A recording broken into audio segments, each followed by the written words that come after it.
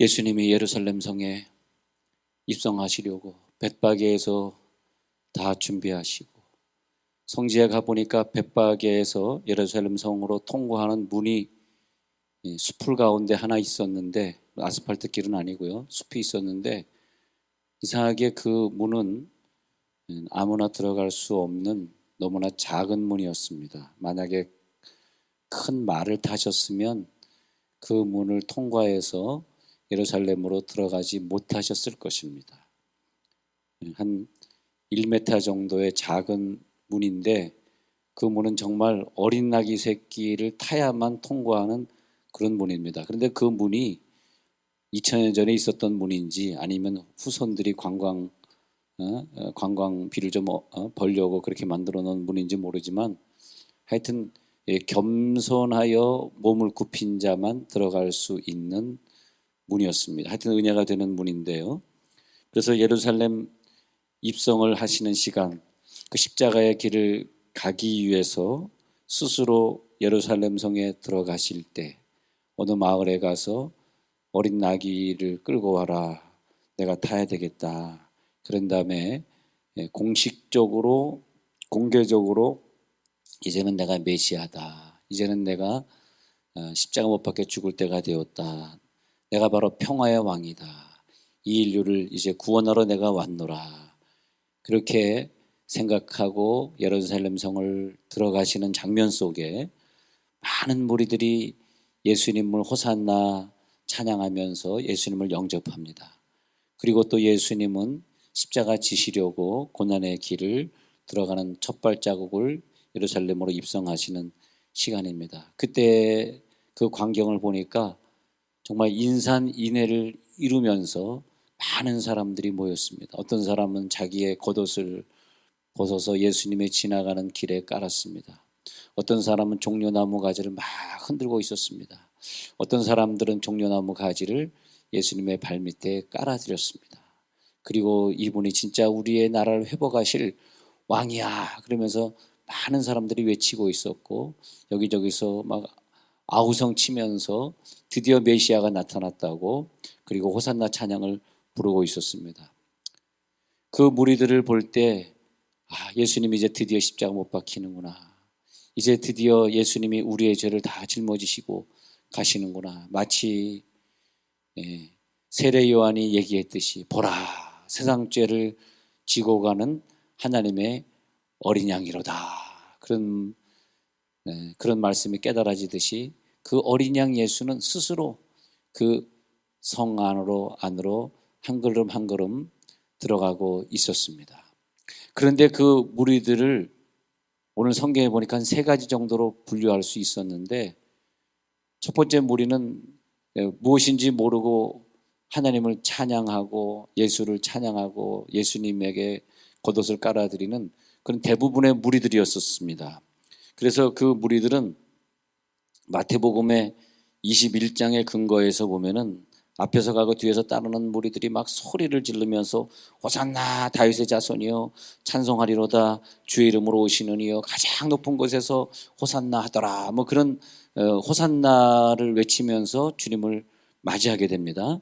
그런데 호산나는 무슨 뜻이냐니까 지금 구원하소서, 지금 빨리 우리를 구원해 주세요, 호산나 호산나. 많은 사람들이 뭐 무슨 뜻인지 알고 그러는지 모르고 그러는지 모르지만은 다윗의 자손이여 호산나. 다윗의 자손은 뭐냐 하면 왕으로 오시니 우리를 다스리시고 우리들의 죄값을 해결해 주실 그분이라고 하면서 다윗의 자손이요, 그다음 호산나 그러면서 지금 구원하소서, 다윗의 자손 그 왕권을 가진 이요 지금 구원하소서 그러면서 예수님을 환영하는 무리들이 있었습니다.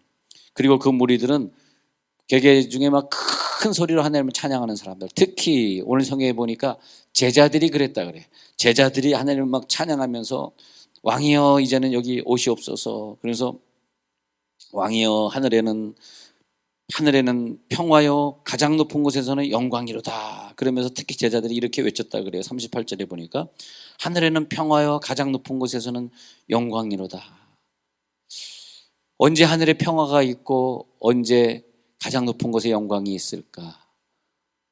그분의 가장 간절한 소원, 그것은 우리들의 죄값을 짊어지고 우리를 대신하여 죽고 싶은 그 마지막 소원, 그래서 지옥으로 달려가는 우리들을 천국으로 인도해야 되는 그 하나님의 그 소원을 이루는 길에 예수님이 예루살렘에 가서 핍박을 받으려고 십자가 지시려고 들어갈 때에 그때 하늘에는 평화가 되고 하늘에는 드디어 이제 그동안에 하늘에 평화가 없었답니다.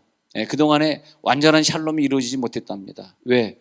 이 죽어가는 인류를 어떻게 구원할까? 그저 생각만 하면 죄만 지려고 그러고 그저 자기 자신만 생각하고 그저 하나님 앞에 예배드리지 않는 이 백성을 구원해야 되겠는데 어떻게 구원할 수 있을 것인가?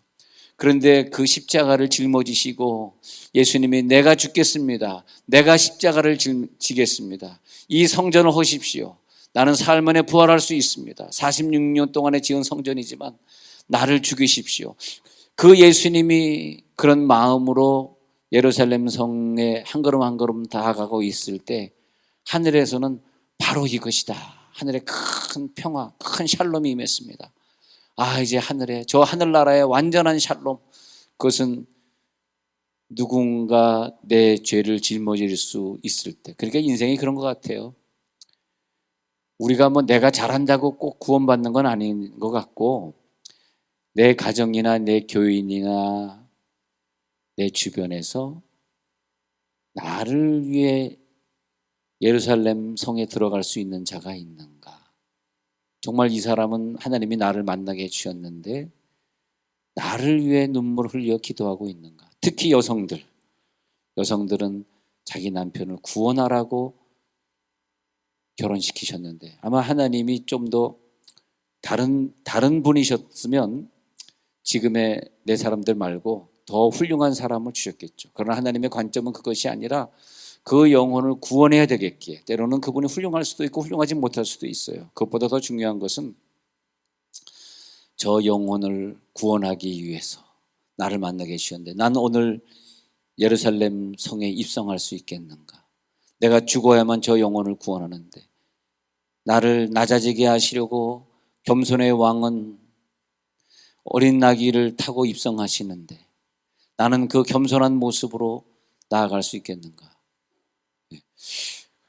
그런데 많은 사람들이 거기서 막 아우성 치면서 야 드디어 메시아가 나타났다 소리를 지릅니다. 스가랴 9장 9절에서는 시온에 따라 크게 기뻐할지로다 예루살렘에 따라 즐거이 부를지로다 그러면서 나를 위해 십자가 질 수 있는 사람, 내가 저분이 없으면 난 지옥 갈 사람이에요. 내가 그분을 만났기 때문에 그분이 나를 위해 매일 기도하고 매일 나의 질병을 위해 기도하고 내가 구원받기를 위해 기도하고 있어요. 그래서 내가 하나님의 말씀의 성취를 이뤘어요.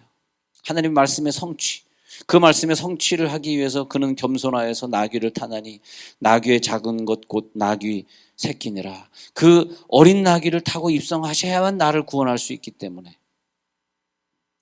그것은 우리들의 연약함을 통해서 내 옆 사람을 구원해 가시는 특별한 하나님의 섭리인 것 같습니다.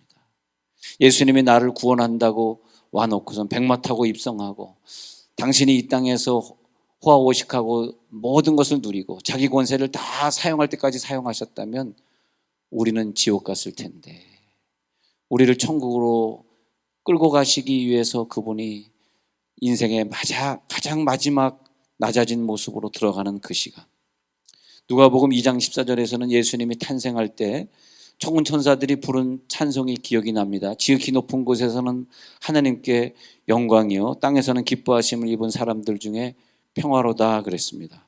그래서 예수님이 탄생하실 때도 지극히 높은 곳에서 하나님께 영광이 돌아갔단 말이죠. 또 예수님이 예루살렘 성에 입성할 때도 또 하나님께 영광이 돌아갔다는 거죠. 자, 이건 무슨 우리가 비밀이지 않습니까? 아, 하나님이 이럴 때 영광 받으시는구나. 내가 인류를 구원하기 위해서 이 땅에 태어날 때 내가 인류를 구원하기 위해서 예루살렘 성에 고난받으려고 들어갈 때 그때 하나님이 영광 받으시는구나. 주여 이 종려주일에 내가 예루살렘 성에 예수님과 함께 입성하게 도와주옵소서. 내가 예수님과 함께 고난의 길에 들어가게 하옵소서. 그러면 누군가 부활하겠지요. 내가 눈물의 고난을 흘릴 때 내가 즐기고 싶은 거 다 즐기고 가지고 싶은 거 다 가지고 타고 싶은 거 다 타고 죄 짓고 싶은 거 다 죄 지을 땐 아무도 구원받을 수 없었지만 예수님의 인생은 얼마나 힘들었을까 생각해 보면 눈물이 나요. 나를 구원하시기 위해서 그렇게 힘들게 사셨습니까? 네? 그렇게 가난한 길을 택하셨습니까?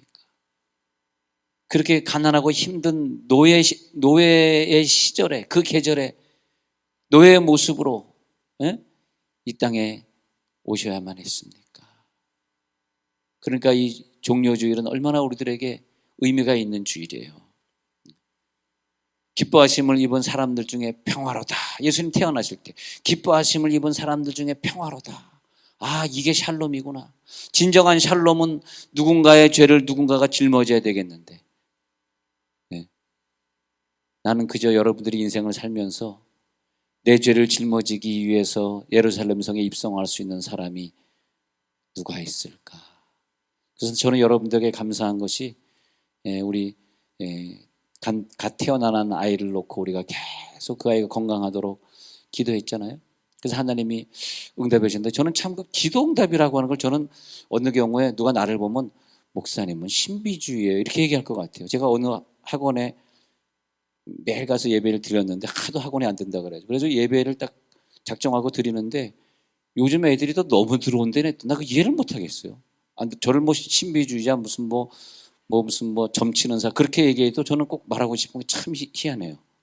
또 그 학원 말고 또 어느 피아노 학원에도 또 예배를 드렸는데 요즘 애들이 또 너무 또 많이 들어온대. 근데 그 옆 이제 그분들이 이제 이따 예배 참석하니까 지금 얘기입니다만은 피아노 학원은 언니가 하고 동생은 미술 학원을 해요. 근데 피아노 학원에서 예배 드리는데 피아노 학원에 계속 학생들이 들어오는데 미술 학원 때 애들이 줄어든대. 그래서 이번 주는 미술 학원에서 예배 드려달래요. 근데 그 믿음이 얼마나 기특해. 우리가 그걸 꼭 뭐 이상하게 뭐 신비주의다 이런 차원에서 보지 마시고 그 믿음이 기특하잖아요. 아니 언니 학원에서 목사님이 계속 예배 드리니까 학원이 너무너무 잘 되고 애들이 뭐 지금 뭐 100몇십 명이 되고 이래가지고 막 흑자가 나타나고 있는데 왜 우리는 언니와 같이 왜 되지 않는 거죠? 왜 우리는 애들이 자꾸 빠지는 거죠? 목사님 이번 주에는 우리 펀즈 미술학원이라고까지 내가 얘기 안 하겠습니다만 본인이 없으니까 펀즈 미술학원 와가지고 이제 예배 드려주세요. 그래요. 그래서 이번 주는 거기서 예배 드리겠다. 나 근데 주회장 와서 예배 드려주세요 하는 분들은 정말 뭐 감사의 헌금 내려고 그래도 아니 뭐 감사금 다 내면 뭐 학원이 운영되겠어. 제가 받지도 않겠다고 사양하지만은 그런데 저는 그분들이 잘 되면 좋겠어요. 그래서 오늘은 그 전소를 위해서 여러분들이 그렇게 열심히 기도해줘서 걔가 건강한 몸으로 태어났어요.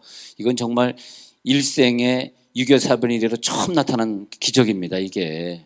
그래서 감사하다고 그 부모가 오늘 그 떡을 대접했는데 이따가 받을 것 같으니까 여러분은 아마 별로 국물이 없을 것 같습니다만은 하여튼 떡을 대접한다 그럽니다. 자, 그것이 뭐냐면 누군가 나를 위해 고난을 짊어질 수 있으면 그것이 다른 사람에게 혜택이 돌아가더라고.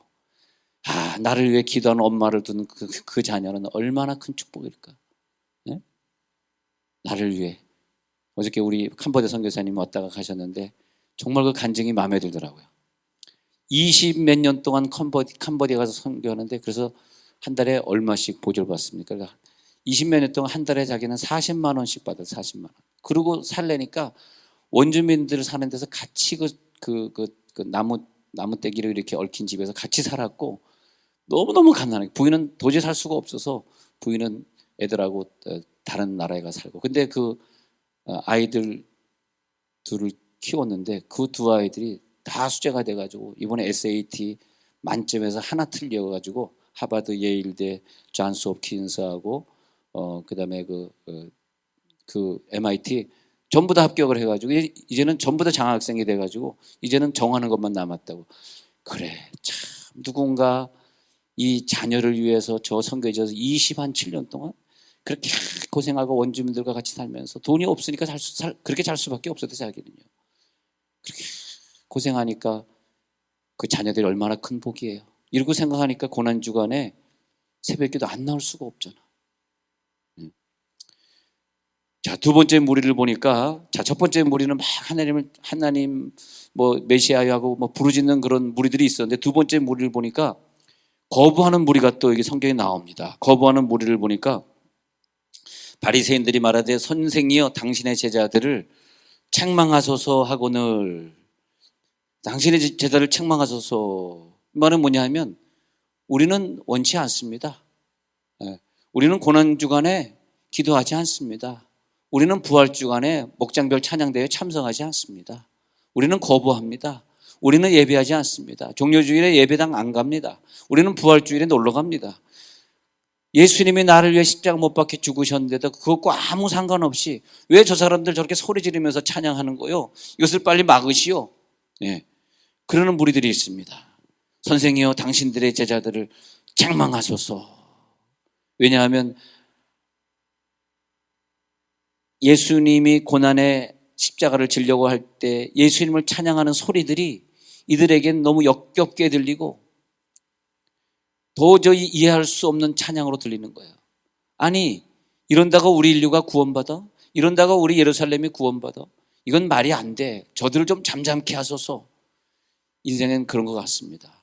어떤 사람은 확 주님을 찬양하고 어떤 사람은 열심히 주님을 믿는데 왜 허구한 날 젊은 나이에 저러고 있는 거야. 도저히 이해가 안 되는 무리들인 것 같아요. 그 무리들이 방해하는 무리, 예수님의 찬양을 방해하고 예수님 앞에 기도하러 나가겠다는 사람들을 왜 자꾸 교회 가서 기도해 하지마 라고 하는 무리들인 것 같습니다.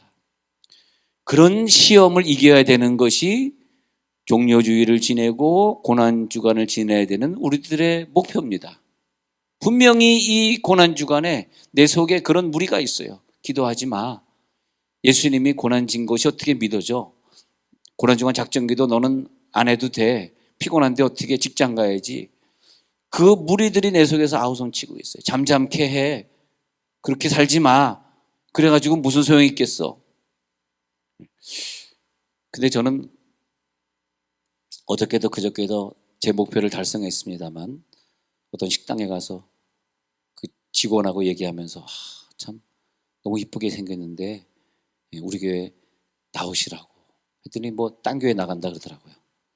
그래서 내가 가로 열고 이쁘게 생긴 애들은 다 우리 교회 나오는데 왜 제가 왜 딴 교회 나갈까 그러다가 가로 닫고 이렇게 했습니다만은 하나님 나를 구원해 주시고 나같이 부족한 자를 대형 교회 목사로 만들어 주셨는데 하나님 한 사람의 한 명에게는 전달하게 하소서. 나를 구원해 주신 예수를 한 사람의 한 명에게는 전달하게 하소서. 하나님 내가 내 생에 매일 기도하는 어떤 기도는 늘 빠지지 않고 하게 하소서. 요즘 산수절 기간에 9시에 기도하는 무리들, 늘 철회로 나와서 기도하는 무리들 또 새벽에 나와서 기도하는 무리들이 있는데 예수를 잘 몰라서 찬양에서 이탈하고 기도에서 이탈하고 예배에서 이탈하는 무리가 되면 안 되겠습니다. 세 번째, 이 무리는 예수님이 이런 무리를 말합니다. 이럴 때 소리쳐서 예수님을 기대하고 예수님을 영접해야 된다는 그런 무리들을 향해서 말합니다. 다른 구절에 보면은 젖먹이 어린아이들의 입을 완성시켰다고 성경에 기록하고 있습니다. 어린아이들의 입을 통해서 찬양을 꺼내리라. 너희들이 안 하면 어린아이의 입을 통해서 이 일을 하게 하리라. 고난주간에 있어야 될 많은 행사들, 부활 때 우리들의 율동과 찬양과 성가대로 하나님 앞에 칸타타로 영광 돌려야 되는 그런 사람들, 그리스도인이 된 우리는 이 고난주간과 부활주간에 소리쳐야 된다는 거죠. 내 입술로 영광을 돌려야 된다는 거죠. 내 입술로 예배에 참여해야 되는 것이고 내 입술로 기도해야 되는 것이고 이 주간에 우리는 내 입술로 다른 사람들에게 복음을 전해야 된다는 거죠. 왜? 그분은 나의 하나님, 그분은 나의 구세주.